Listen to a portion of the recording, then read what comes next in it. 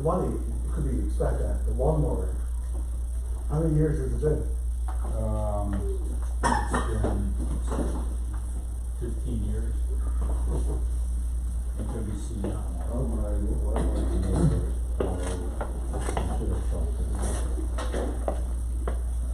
Prospects or the, Yes. status is undecided? You looked into it? Yeah. And Or the I mentioned prospect. something to my neighbor Yeah. about disappearing. 2 Yeah, days I know. later, He hasn't communicated back. 2 days later, it's back. For some reason. Sometimes people What happened was- communicate back. I looked into it and it was Gardener. not the name.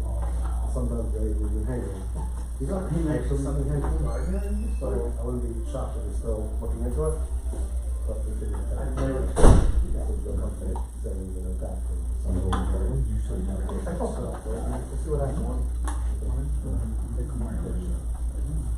Good morning. Hey, Hey, good morning, how are you? Good morning. Good, good. Very good. Can't talk about everybody. You feel this but- counts for points and not, you know, I'm still going for Casellas also. That's good. Well, it's an expensive shotgun, so I didn't replace it. Ben, you want somebody to talk on? This is a burglary in 1990. It's just a recording?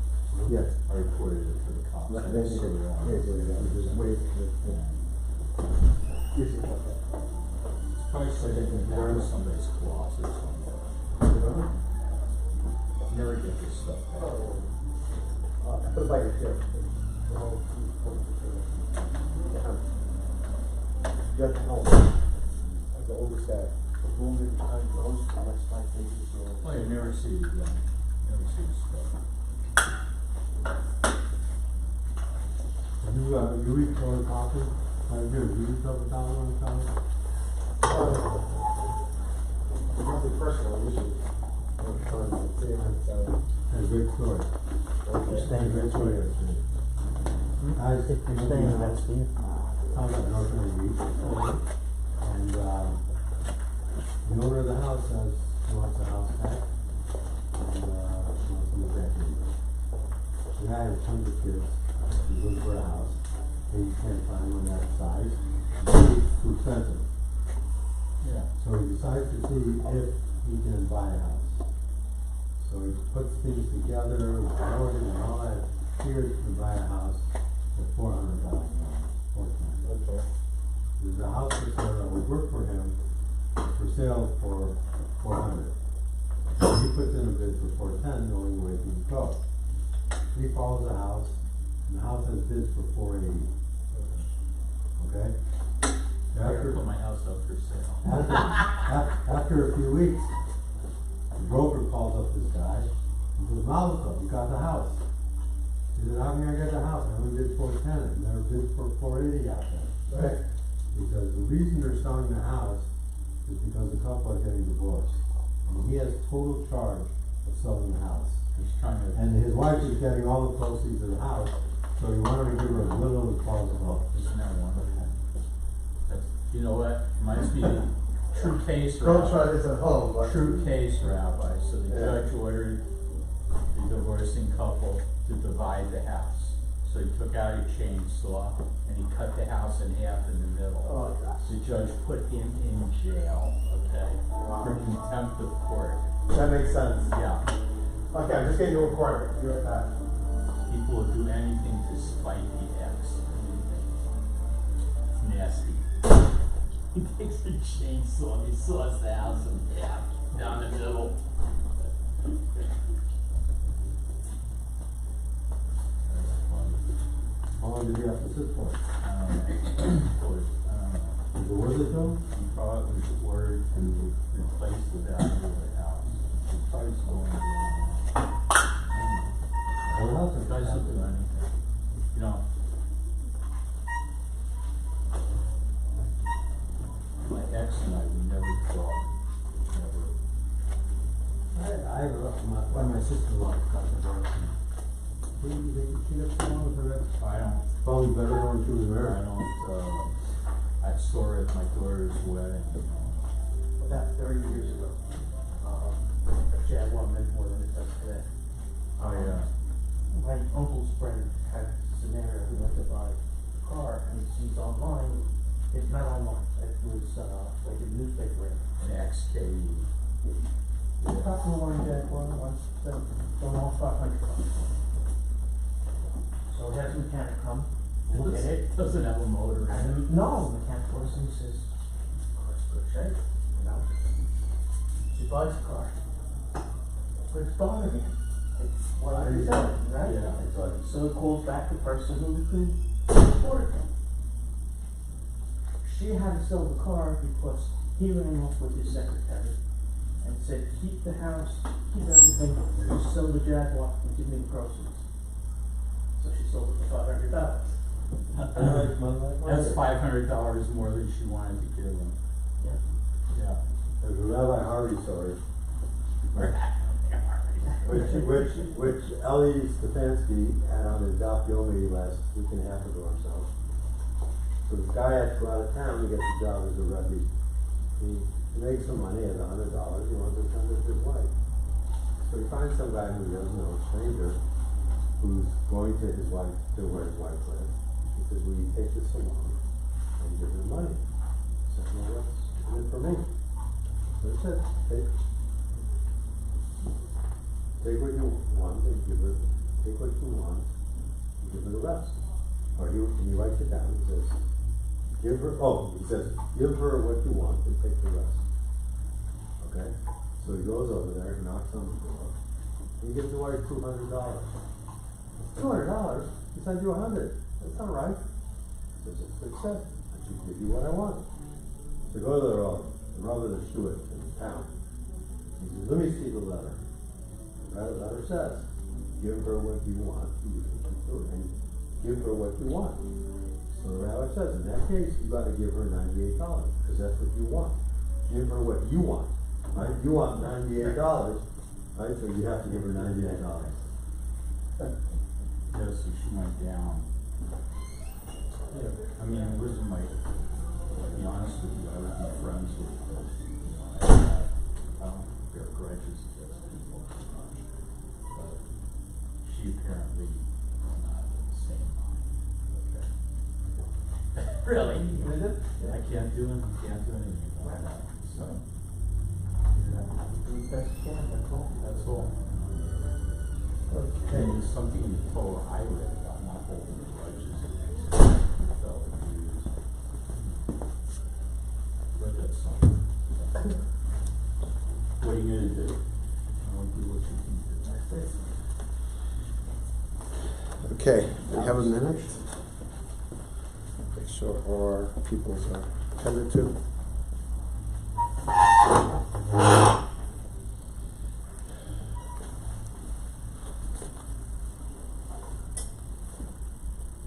But I can just watch it too.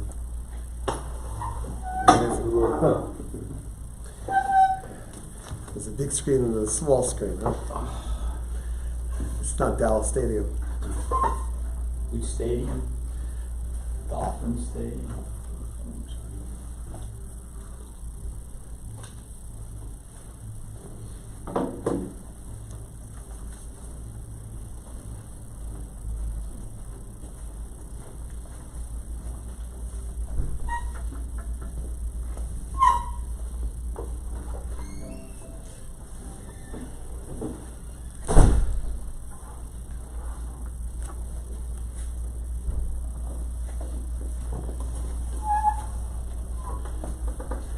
I think it's too quiet. I'm going to have to start just for that reason. Good morning. Thank everybody for coming. And ahead of time, I'm thanking everyone for all their comments and participation. I was just saying it sounds too quiet.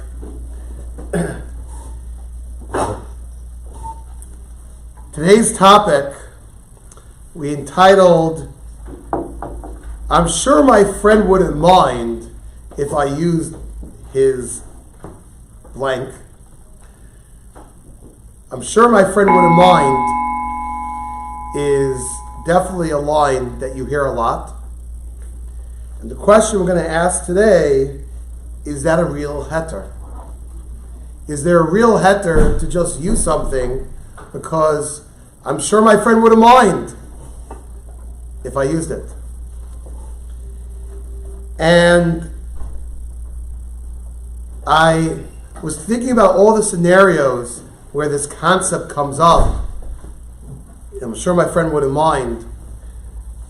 It happens for sure in yeshiva a lot.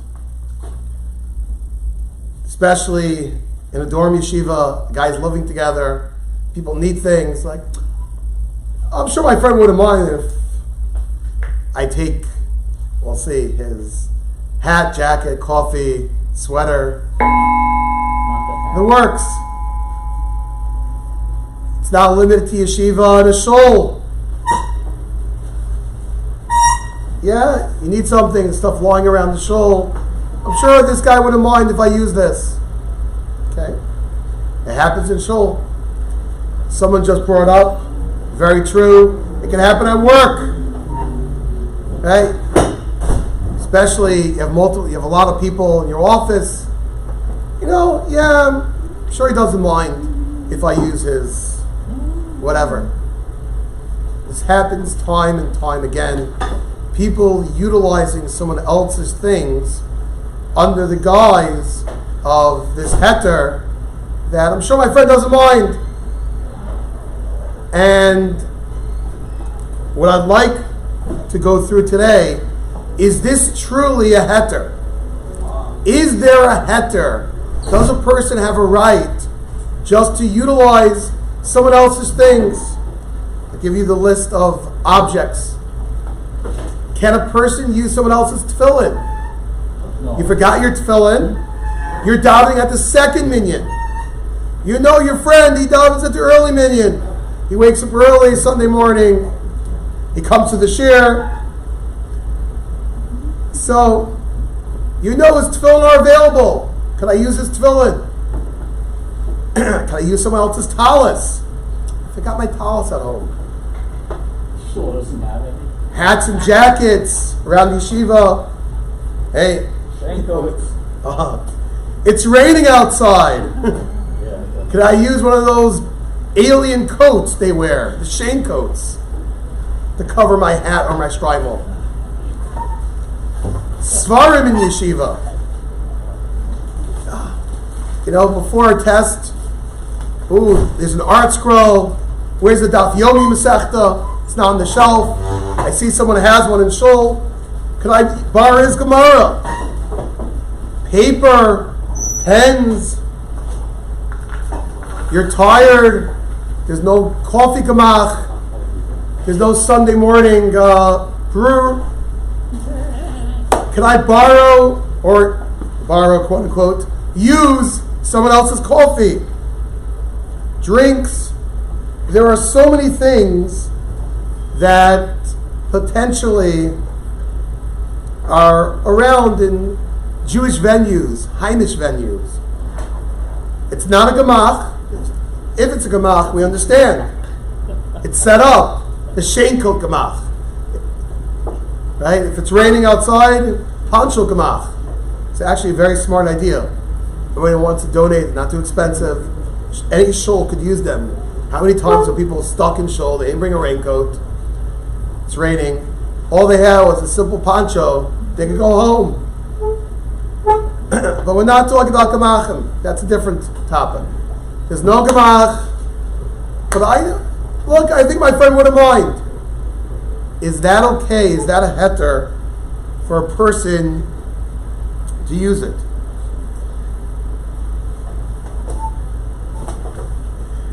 Reminds me of a joke. Not every time do you know that a person wants to use something, especially around yeshivas. People take advantage. First, true story. I remember years ago I had a Talmud who was in yeshiva, and he liked a certain guy, older guy in the base manager's sweater. So I'm not even sure the first time if he borrowed it with permission or without permission. For the next 3 months, he was wearing that guy's sweater.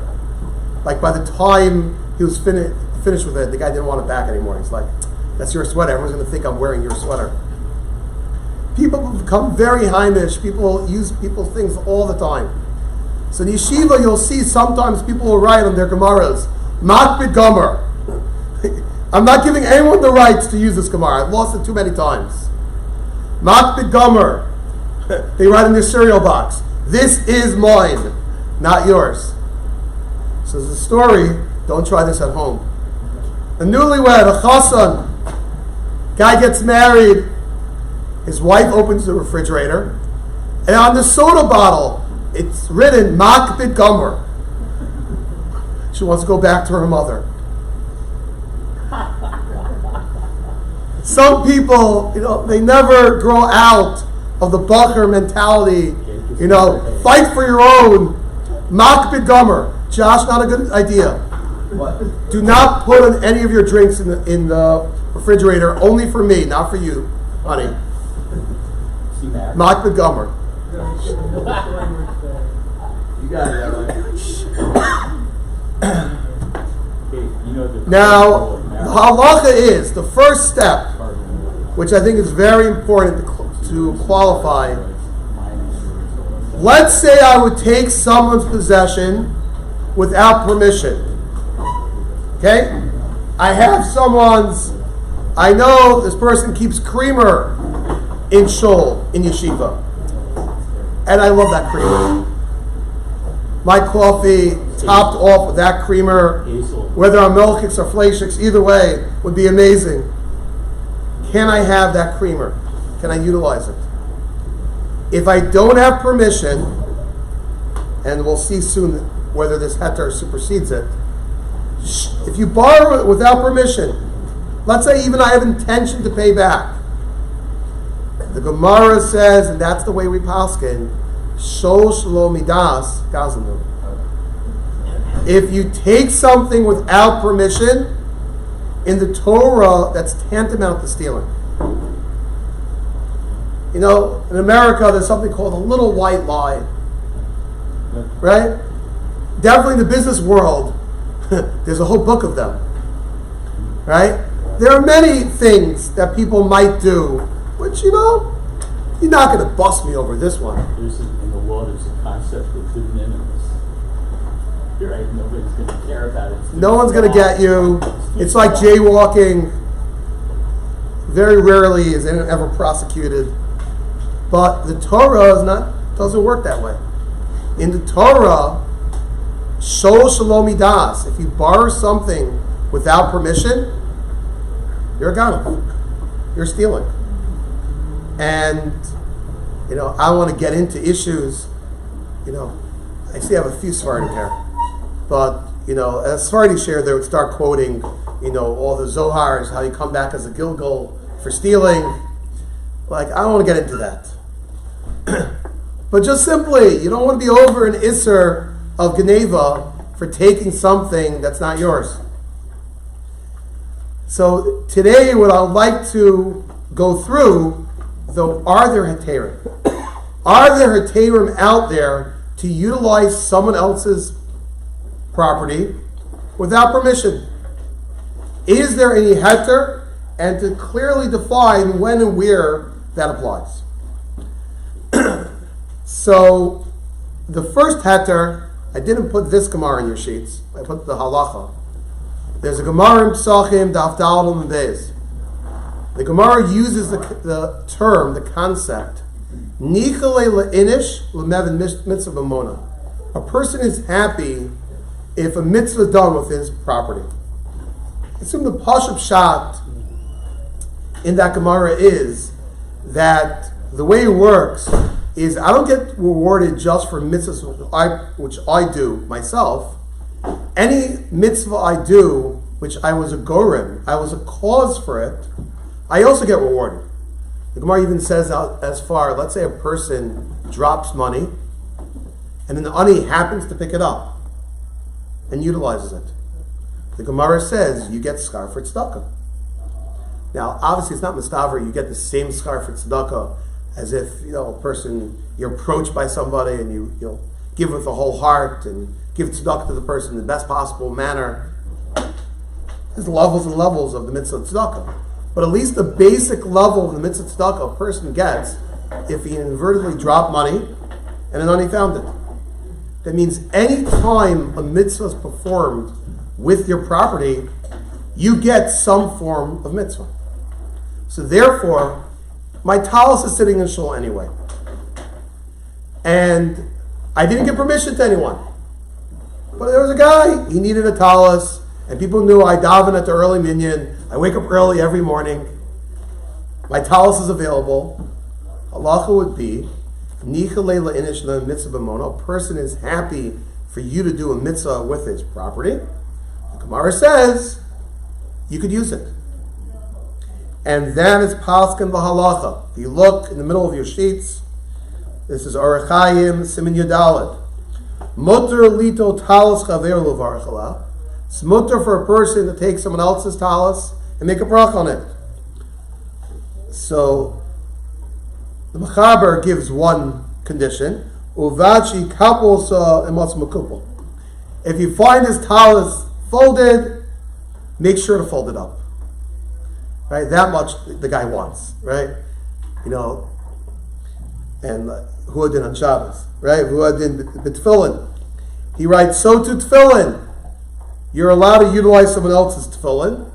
100%. Again, providing also, I assume the same din. You roll them up afterwards. Right? Also, care should be taken that you roll it up and put it back the same way he does it. A lot of times people don't notice these things. I know with cars, you sometimes lend the car to some different person.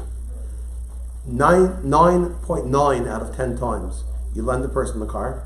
Now, I'm not talking new age cars where it automatically adjusts to your body. I'm talking about the old fashioned type where you have to move back the seat and move back the window, the mirrors. They never put it back. I said 99.9. Never happens. Right? You borrow the car. Everybody, oh gosh, the guy has to readjust every time. Now, obviously, you might say, I'm going to leave it that way because I don't know exactly how he's going to do it. It's like people, do you make the bed after you stay by someone else's house or just leave it, What about replacing the gas that you use for the car? Oh, that might be a chiyuv. If the person didn't give you permission to, the understanding when you borrowed the car was that you're going to pay back the gas. In Miami, then, you're lucky to siphon it out. Right. We're lucky. I saw the gas prices around the country. Play on Hara. Not so bad just yet. But I remember in New York, talking about gas prices after Hurricane Sandy. And they had there, you moms couldn't get gas in New York. I was lucky. My wife's from Florida. So there was talk of this hurricane coming. So my wife said, before a hurricane, you go get gas. I'm like, huh? Why didn't you get gas for a hurricane? So she foresaw, because you could lose power and the pumps won't work. So I filled up my 2 cars with gas. I was like the only one in my entire neighborhood. I was giving rides. I was like the carpool, for everybody because I had gas in my car because my wife was from Florida. But yes, whatever you borrow a car, if that could also be issues of shol shlomi das, and that they didn't give you permission to utilize the gas.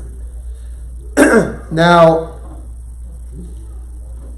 the Ramah adds, also lilmo misfarim shel chaver below daito. Interesting halacha. One is not allowed to learn from svarim of a person without their das. The chashinu shebe yikro so b'limudo. We're afraid you're going to rip it while you learn. So right here, there's a concept, nichali l'inish of a mitzvah mono. A person's happy for you to do a mitzvah with their property. Okay, they put the asterisk, fold up the talis, fold up the tefillin. But here you see the Ramah's writing, when it comes though to a sefer, no. A sefer you can't use, because we're afraid you're going to rip it. Now, I saw a lot of modern poskim say it could be, and we don't usually say this, and you need a posik to spell this out, it could be that this halacha is antiquated. Because in those days, how many people had printed svarim? Very few. The parchment, the paper that the sefer was made was very delicate. And people were very nervous. You're going to use my sefer, that's it. What was it in the Mir Yeshiva in Shanghai? They had one sos. They had one sefer, and people had rotations. People stayed up the whole night. I got the rotation from 3 o'clock to 3:30 a.m. I have rights to use the sefer. In Europe, Svarim was so scarce that people literally took slots in the middle of the night to have the ability to use the sefer. Didn't they learn how to read it upside down? Yes, there are stories of people learning to read upside down. Amazing. They didn't have scotch tape. Right? They didn't have scotch tape. They didn't have a lot of things. What's that? No, But nowadays, the poskim say, Baruch Hashem, Svarim Arabon. We have them everywhere, and much cheaper relatively, and they're made much stronger for the most part. And, not the bindings, but the pages. And therefore, one would be allowed to utilize someone else's sefer, providing he's careful with it, he doesn't rip it. Right? People don't want it. They have a sefer, they don't want to come back and have the sefer ripped. But if a person's going to use it like a mensch, this halacha would apply to a sefer too. Now the Mishnah Berurah gives us, though, a few qualifications, additional ones. Mishnah Berurah, I'm reading Yud Gimel. Right? The Mechaber just wrote that you're allowed to use talis chaveros. So the Mishnah Berurah kicks in, Perish Shomi Daito, even without the guy's permission. The Nikolay Le'inish 11 mitzvah mono. The concept that we said, a person wants someone else to do a mitzvah with his money, so he'll get benefit. Why not? However, v'davka ba'akroi, you could only do this temporarily, ever so often. Avol b'kviyas aser.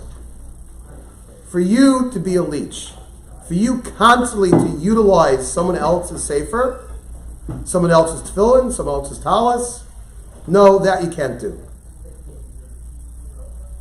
Now, what's the reason? So it could be multiple steps. It could be, look, that which we say a person's comfortable with it, he's comfortable because, okay, in the average usage of things, use it one time, it's not going to break it, it's not going to hurt it. But to be used constantly, I bought this individual, I can go into partnership in this, and it could be used, it could be abused. So people are mocked, but it could just be stam also. We're operating with an assumption that people are happy with this. People are happy. I'm happy for you to do a mitzvah, my thing. No one could argue. What do you mean? If you use it every day, you do more mitzvahs. So I'm more happy. To a point. It could be at a certain point the person feels, you're taking advantage of me. And I know that I'm getting a mitzvah every day when you borrow my tefillin. But you know what? Get your own. And therefore, I didn't see the posting spell out what exactly does it mean. In fact, I was talking to a posting about it. He asked me the question. What did I think, the guidelines are for too much or too little? Yeah, I'm not sure where the line is. It depends on the object. Look, someone sent his tefillin into the shop. It could take a week to get his tefillin back. So he asked his friend, even without asking your friend. Right, this halacha would be, you'd be allowed to go and utilize this thing. But to use it for a month, to use it for an extended period of time, that you have no right to do, unless you get his explicit permission. Yes? Two quick questions. One for a talis. If you borrow it, if it's folded and your minhag is to not fold it on Shabbos, do you not borrow the talis? Or are you mivapa your minhag the one time? So that's a very good question. I threw in a line about that. Is that your first question or second? You have a second? That's the first. The second one is that, are we concerned about people borrowing something and forgetting to put it back? It happened to someone here where someone borrowed talis without asking. Because okay, it's mutter, you're allowed to. It's a very good point. So let me say over both points. I'll start the second one first. It could be another reason why over an extended period of time there's no assumption that you have permission to utilize someone else's thing, is because it's a mentality. When I borrow something, I'm going to treat it well because it's someone else's thing. But as time goes on, you know what? You're not going to take the same care of it. You already view it as yours. So thus, Rabbi, I think that's a very good point. And the odds of you mistreating it grows each day that you're using it. And the more you feel that's yours. And therefore, in the beginning, to utilize it for a short period of time, that you have permission. But every day you're full, you're putting on someone else's tefillin, the guy's going to say, after a while, I'm nervous, I don't want him to use it. I think your other point about Shabbos and folding, that's really its own share. What do you do on Shabbos with your talis? Do you fold it? Do you leave it as a messy pile? There are very strong minhagim in these things. But I do think, yes, if you borrow someone else's talis and he gives it to you folded after he uses it on Shabbos, it could be the guy will understand if you leave it as a mess, but it could be not. And whether it's you figure out how to do it yourself or ask someone else to do it for you, but you should give it back to him the way he gave it to you. Yes? When this person has been using your safer or house, whatever it is, for a while, how do you verify that? Great question.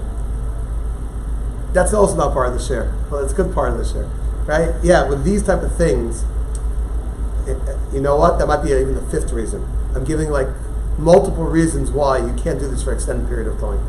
Because at a certain point, the guy's going to want the object back. And exactly what Harvey just asked, he's going to feel awkward.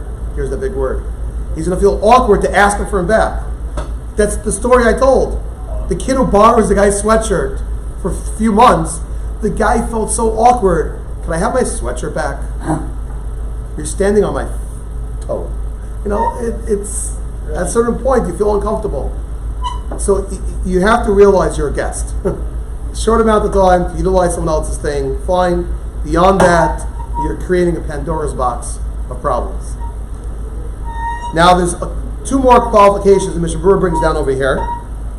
Ba'afil ba'akroi, even if you're using this object for a short amount of time, davka ba'olso makom, you're only really allowed to utilize the object in the place where he uses it. To take it from a shul to the house, or the house to a shul, or another spot, also. It's possible the person's makbid, and here the Chavetz kind of spells out what we were talking about before, and that would be considered stealing.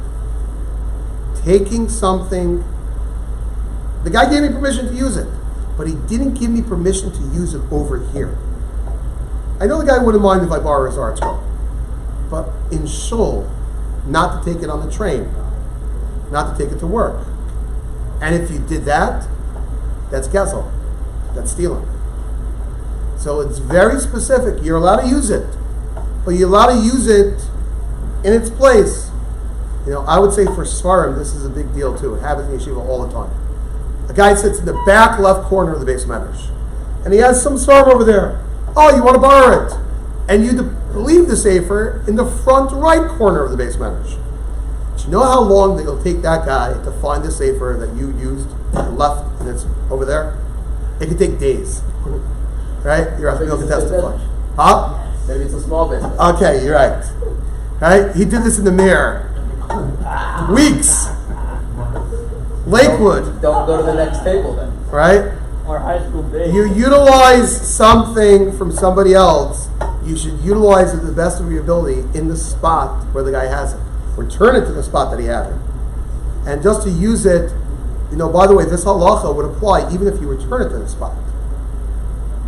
The person keeps this sefer, keeps this talis in this shul.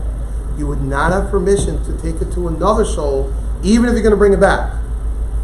Because I assume the idea is, once you take it out of the place, the odds of you forgetting it there, the odds of me never getting it back, are huge.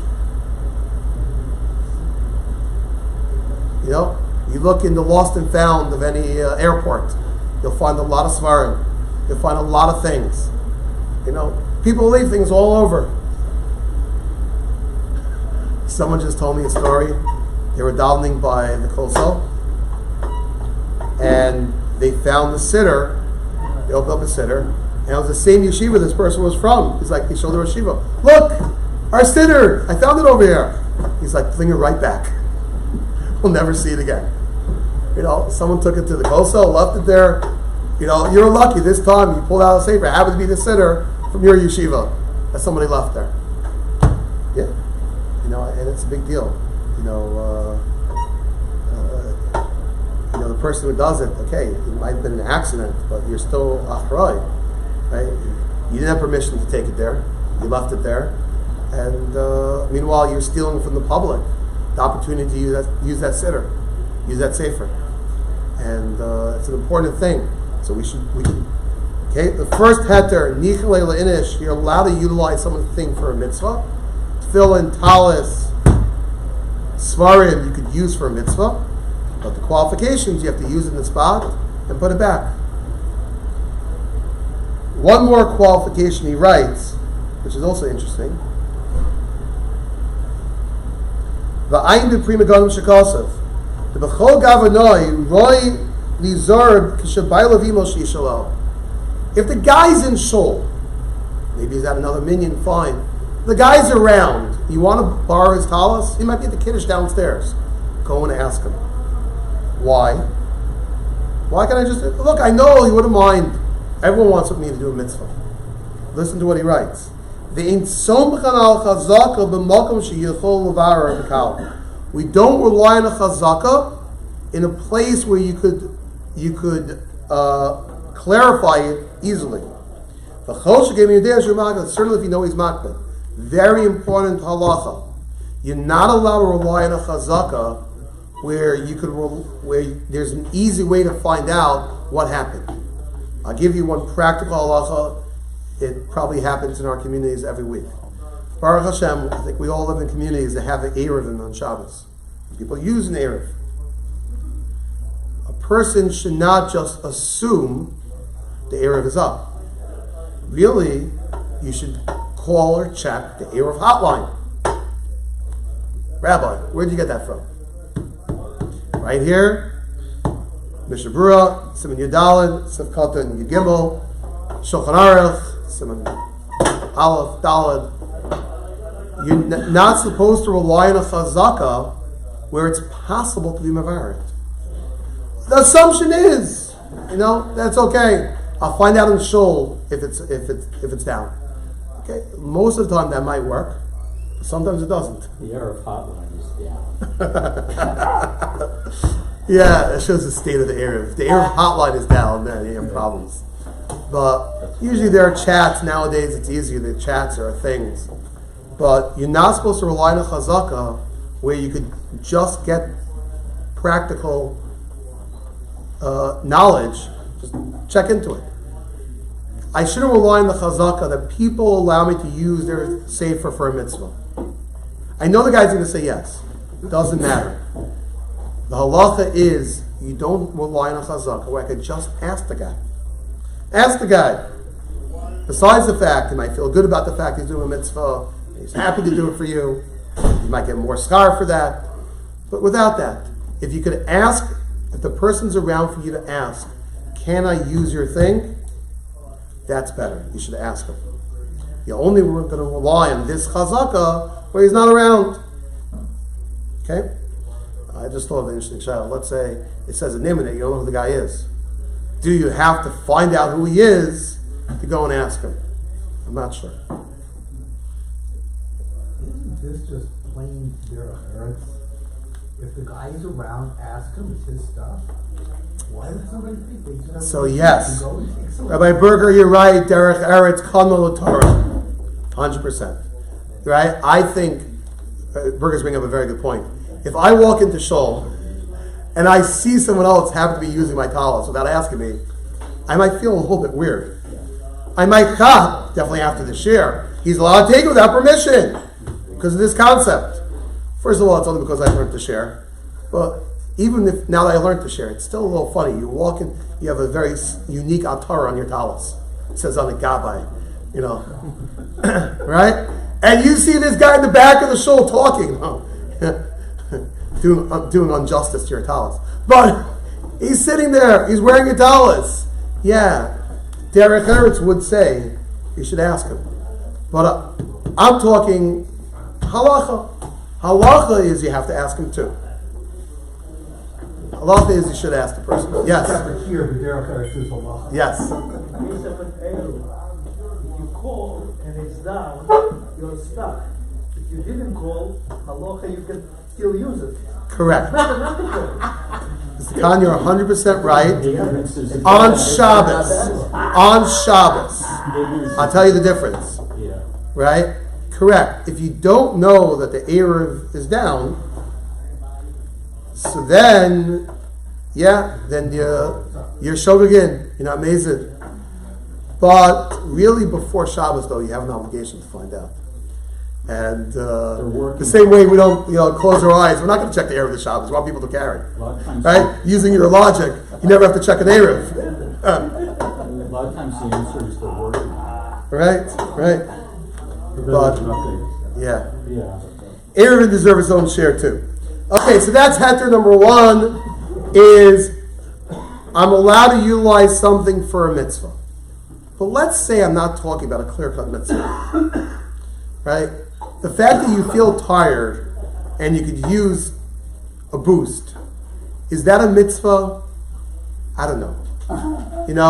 It's definitely, if I give it to the person, it's a chesed that I'm doing. But for you just to take it under the guise, mitzvah, it's a mitzvah for me to be happy. So I'm taking your danishes today. Right? Those cases are not mitzvah cases. Mitzvah cases refer to the mitzvah of tefillin, the mitzvah of utilizing a sefer to learn. Talis, one could debate what exactly is the mitzvah of talis. But there is a mitzvah for shul to wear a talis. It's actually one of the tricky things. Sometimes a person shows up in shul without a talis. And honestly, let's say the shul doesn't have extra talisim. The poor fellow mamish feels naked. Right? He's not wearing a talis, he's a married person, Shabbos morning, it bothers them. Not the biggest deal in the world. Right? You're wearing tzitzis, okay? But it's a minhag, it's an Indian, but it's not the biggest deal. If you're stuck without a talis, you're stuck without a talis. 630 commandments depends on the talis. To remember them, true, but you're wearing tzitzis. Yeah. So, if you're ever without a talis, don't steal someone's talis. That's my point. Don't steal someone's talis just to have a talis. It's not worth it. Now, here comes, so let's say I'm in a non-mitzvah situation. Is there any heter to take someone else's thing without permission? I know my friend will let me take his cereal. Rabbi, I'm so hungry. I need a cereal. Right? You know the situation. So I know my friend wouldn't mind if I took his cereal. But he's not here to ask. Can I take his cereal? So that is really what I want to focus on, heter number 2. I want to spend the most time on this. The Gemara says above Metzia a very interesting story. I'll quickly read through the Gemara. Armeimer Mar Zutra of Rav Ashi equal to Busna de Mari Bar Yisik. Right there in the middle, towards the top of your page. Armeimer Mar Zutra Rav Ashi came to the vineyards of Mari Bar Yisik. Right? When rabbis get together, it's always a story. Isaac Isai Arise Tamri Ramoni Vishada Kamayu. So the sharecropper went and brought dates and pomegranates and put it in front of them. So it's reported in the Ated, Amemar Rav Ashi Achli, Mar Zutra Lo Achli. Amemar and Rav Ashi ate, Mar Zutra didn't. Didn't trust the kashrus. What's going on here? Adahachi Asa Mar Barisik Ashkachev. Meantime, the owner came and he found them.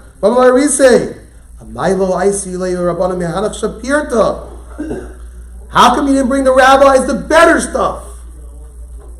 Okay, that's the story. So Amalei Amemar of Rav Ashi Lamar Zutra. Hashta Amaylo Achamar. How come you didn't eat now? How come you're being firmer than us? How come you're not eating? We say if the Baal Bayis gives permission later, then you're allowed to take truma without the person's permission. Das ahead of time.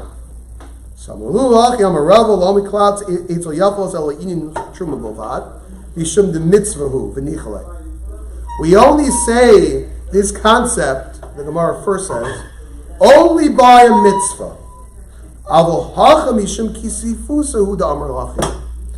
Gemara says here, no. It's only the guy, maybe the owner's only saying it because of embarrassment. This is an important idea. The Gemara itself says you don't necessarily have a proof. Person says, oh yeah, why don't you give him the better stuff? Sure, he could have it. Could be the person is embarrassed. He feels awkward. So that's why he said it. You don't necessarily see, if you want to prove from what the guy says later, oh yeah, I wish you would have had the better stuff. Maybe he just felt embarrassed. But he doesn't really mean it. For a mitzvah, 100%. Not a mitzvah, not so simple. From the Gemara itself, you already see, okay, if it's not a mitzvah case, maybe not so simple. But there's a shach in Shulchan Aruch, it's on top of your page, who argues actually with a Tosas over here. So it's an Achron arguing on a Rishon. And the shach argues that, you know what, in a case like this, the reason why, let's say, the original people ate, and you're able to eat, is you're allowed to take something that belongs to someone else, eat it, even without the person's permission, because you assume he would say, you could have it. The shach paskins lahalacha, he's maskim to the fact that Tosas is arguing. But the shach paskins lahalacha, that one could take someone else's thing without permission, because you could, in a case where you could assume, he would say it's okay. So the original question I asked, I'm sure my friend wouldn't mind if I use it. Tosas would say no such heter. That's how Tosas learns the Gemara. There's no heter of what you call yish lomidas. There's no heter. Oh, if I would have known later that he was okay with it, I could take it now. Tosas says no such heter, but the shach argues with Tosas, and the shach says there is such a heter. Yes. Are we making a difference between things you can return and consumables? So very good point. Look at this Gemara. In this Gemara, are we talking about something you're giving back? You're utilizing for a certain short window of time. I'm utilizing a tefillin, utilizing a towel, utilizing a sefer, and then giving it back? This Gemara is more than that. This Gemara is talking about me eating something. I'm having your Danish. I'm sure you wouldn't mind. This year. Okay, there it is. Harvey, put it down.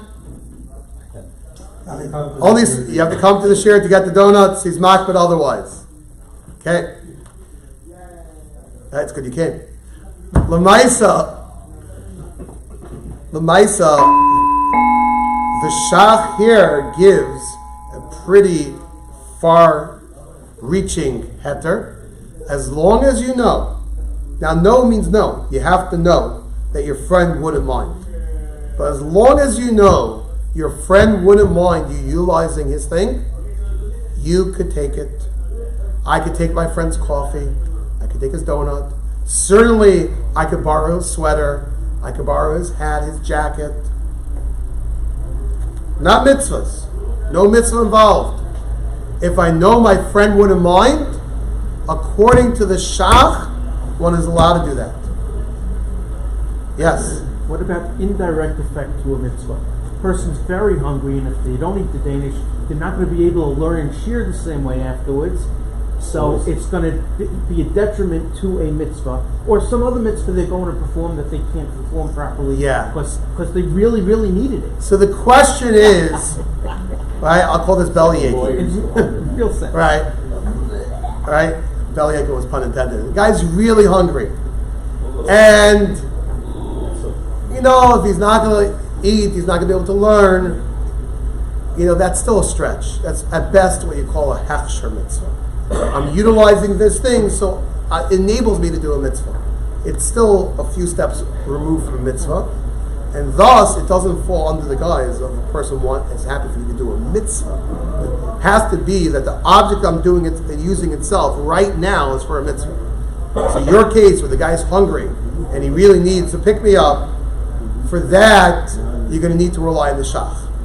The judges downtown use the fence all the time when people are brought in for shoplifting. Right, they needed the food. They need the food. I'm Right, starving. all across San Francisco, a lot of hungry people. For sneakers. Yes, they need sneakers.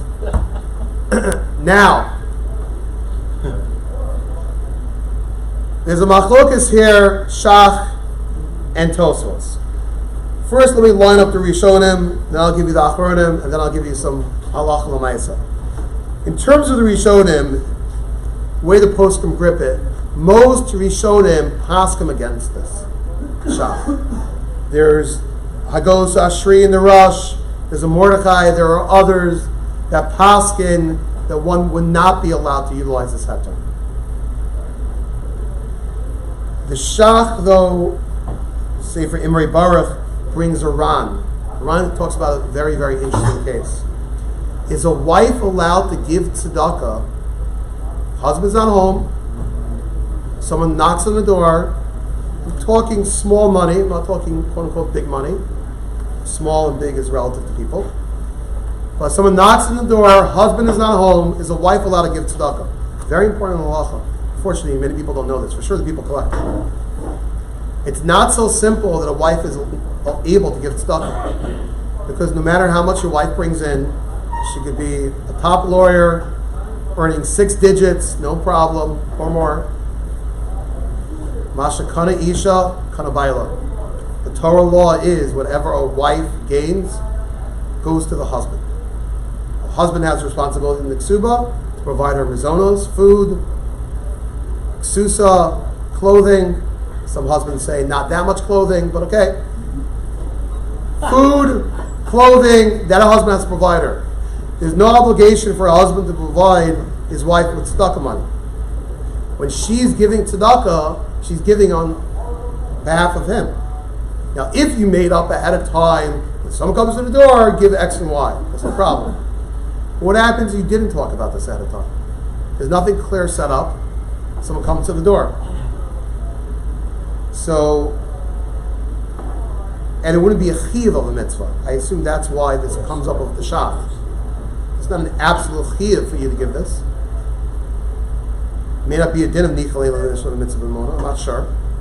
Sounds like the shach, at least the way the Rabbi Baruch understands the shach, that this would fall into the category of the shach of doing something on behalf of. I know the person will give me permission. I know my husband wouldn't mind. Then she'd be allowed to do it. But short of that shach, you would not be, according to this Imre Baruch. There's even a note of Yehuda who quotes maybe a Rambam holds with the Shita. But you go through the Gedolei Achronim. I found the Ksos of Shlomo Eger, the Malbim. Malbim has a sefer in the beginning part of Arachai. Malbim, as we all know, in the Chumash, Naf, tremendous medayik. He says, you look at the lashon of this shach in the middle of the piece. He writes, "V'lav in this tamfita." If not for the fact I was afraid of arguing with Tosas. So the Malbim is medayik. That doesn't mean he's arguing. That means if you ask me my personal opinion, I'll tell you this. But of course, I would be mevatel das. I'll give in to the Tosas. I'm not saying this halacha l'maisa to argue with Tosas. So most of the Achronim, most of the Rishonim, paskin against the shach. So what do you do halacha l'maisa? So I'll show you a fascinating case that I saw. You have a case of a get. After years, you have a husband failed to give his wife a get, and all of a sudden, they convinced him, they got a couple eidim. They beat him up. And that was a different share. And he's ready to give the get. Okay, the Rav is there, about to set up this get. Right before they start doing it in a shul, some spot, and one of the eidim sees a bottle of soda. He's like, "Oh, whose soda is this?" So the Rav says, "Oh, it's this person from Shoals." Without foot should be. He's like, "Oh, he's my friend." Gulp. Drinks the soda. The Dayan almost loses it. He just drank his friend's soda without permission. Now, he thinks his friend wouldn't mind. This Shiloh was sent to Rav Zilberstein hastily. Oh no, what do we do? Seemingly, we have now Machlokes, Tosos and the Shach. According to Tosos, that aid would be Pasol Eidos. He just did Gzela in front of the Dayanim. Yeah, he's like a Mahal Shah. Pasol Eidos. According to the Shach, he's in the right. He's allowed to do that. What do we do? Rav Zilberstein wasn't machriya between Tosos and the Shach. He figured out other ways to get around it. But Pashup Shah, this is a case. Machlokes, Tosos and the Shach. So I'll tell you what I found. Lahalacha. I found that the Shulchan Aruch Harav, the Aruch HaShulchan, and I found Rabbi Yoshev, all clearly say, Halacha l'maisa, you don't have this heter, we do not paskin like the Shach, we paskin like Tosos. So that would mean, according to them, that the only time you're allowed to use something without permission is only by something which is directly a mitzvah. Short of that, no go. However, I found something which it seems not too many other people ever found. I'll tell you why I'm nervous about it. But I did find at the bottom of your sheets, there's a sefer Ateres Shmuel, which is written by a Chashuv Rosh Chabura today in Lakewood, who writes the following. Shemati mipi Hagomer Moshe Feinstein she'amar the halacha hu ka'ashach v'lo ketosos. He said, I heard straight from Rav Moshe, the halacha here is like the shach, not like Tosos. Now this is quite fascinating. I did even a computer search. If you go through Rav Moshe Feinstein's printed word, he does not paskin in print like the shach anywhere. I showed it to Poskim. You know, this is a discovery that I found buried in some Sefer Baba Metzia. It's brought down. I didn't call it. The author is alive. I can, if this is really Nogea L'Maisa, I could call him up and hock him about it. But I discussed it with the Poskim. I said, what would you do in a situation like this? It's a major halacha l'maisa. Do you paskin like a shach or not? It's clear the Aruch HaShulchan, Rabbi Yoshev, Shulchan Aruch Harav, and through the ages, many people, most people, paskin against the shach. But Rav Moshe, we all know, is a heavyweight. Rav Moshe paskin like the shach. Rav Moshe would say, take your friend's creamer. No problem. So the posik told me, you sometimes find these quotes. Sometimes they could be a total misquote. Sometimes they could be relative to a situation, relative to the case that this person asked, the way they asked the question. For that, he said like this. You really need to know specifics. And if something is a clear-cut halacha sefer, something's brought down in, okay, that's one thing, it's reliable. Here, person's, I'm sure, a chashuv a person, but it definitely, if it hasn't gone through, the genre of, the line of poskim that seen this and accepted that, not so easy, especially to utilize a l'kula, to utilize a heter. So just to conclude, practically speaking, if you're going to utilize something for a mitzvah, 100% that's good. So, tefillin, talis, svarim. I believe one of my Rabbeim used to say, for sure utilizing someone's cheap pen, for sure to write divrei Torah. That would be okay. There, that's a little more direct. I'm using it for a mitzvah. Yeah. But outside of that, if it's utilizing your friend's sweater, coffee, sweater, even you're giving something back. But still, a sweater, coffee, raincoats, these type of things, it's seemingly machlokas shach and tosos. And unless you get clear authorization, pashup shad is we paskin l'chumra like tosos, that one would not be able to utilize these things without explicit written permission by the authorities of the object. It doesn't have to be written, but you get the disclaimer. Thank you very much, everyone, for listening. And the schus of our taking care of other people's property well, we should all be zocheh to have lots of property ourselves. Our Minus is a separate shiur. Huh? Yes. They utilize Arbor Mina, they say. You can use it for some days, not the first day there.